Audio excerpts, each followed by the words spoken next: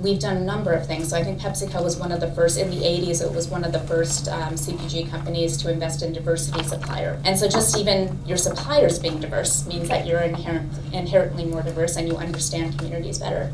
Just, it was like 8 weeks ago, I want to say, not even, 4 weeks ago, we made major shifts on how we plan on supporting China.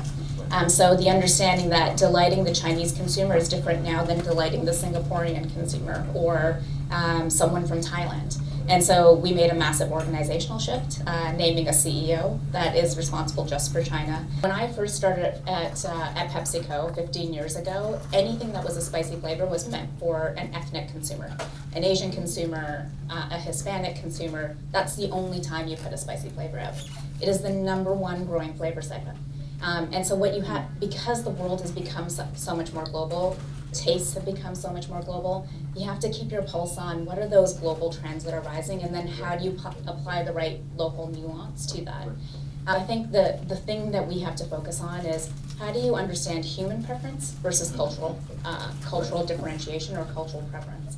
Because I think things like life stage, so how you operate when you have kids or before you had kids, or how you operate when you're retired, there's more commonalities in that. With me, someone who has young kids, I'm probably more similar to someone in India that also has young kids in today's day and age.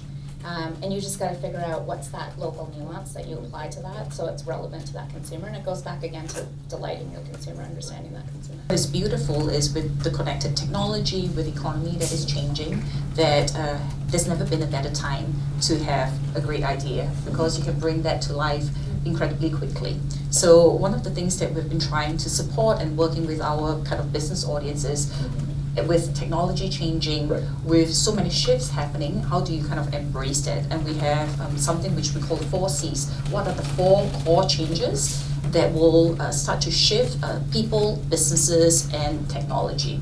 66% of customers will leave you, will switch to another brand if they perceive that you have not remembered their previous interaction with you. The ability to piece data from diverse sources and connect it is going to be key. Artificial intelligence, predictability, moving to almost human dimensions, and really the implications of that on advertising and marketing are significant. Technology is evolving so quickly. In the next 3 to 10 years, in particular, it will be a part of our lives.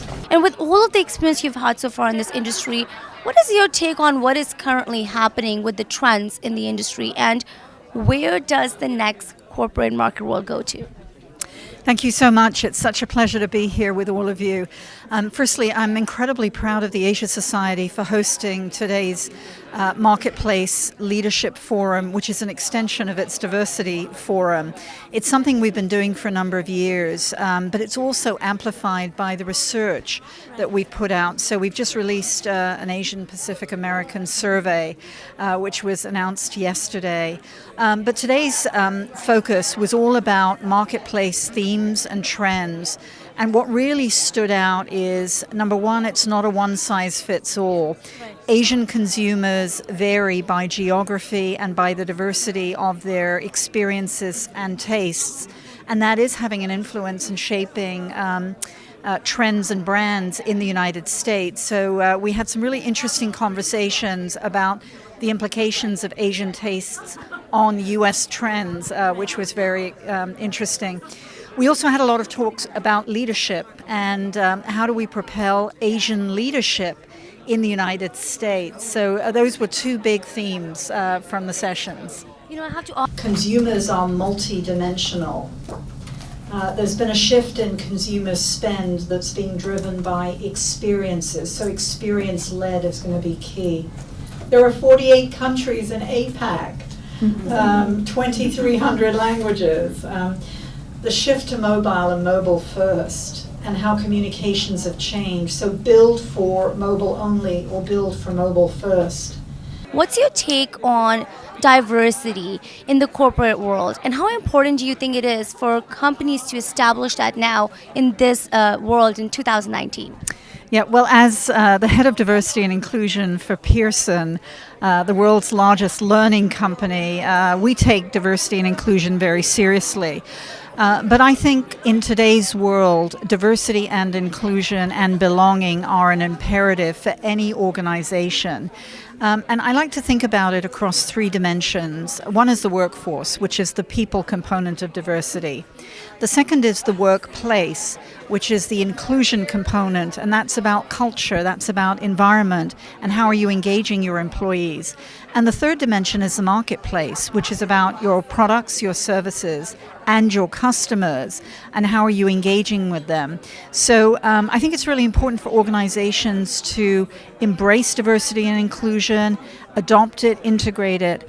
I also think it's incumbent on leaders to set the right tone and to own the diversity agenda for their organization.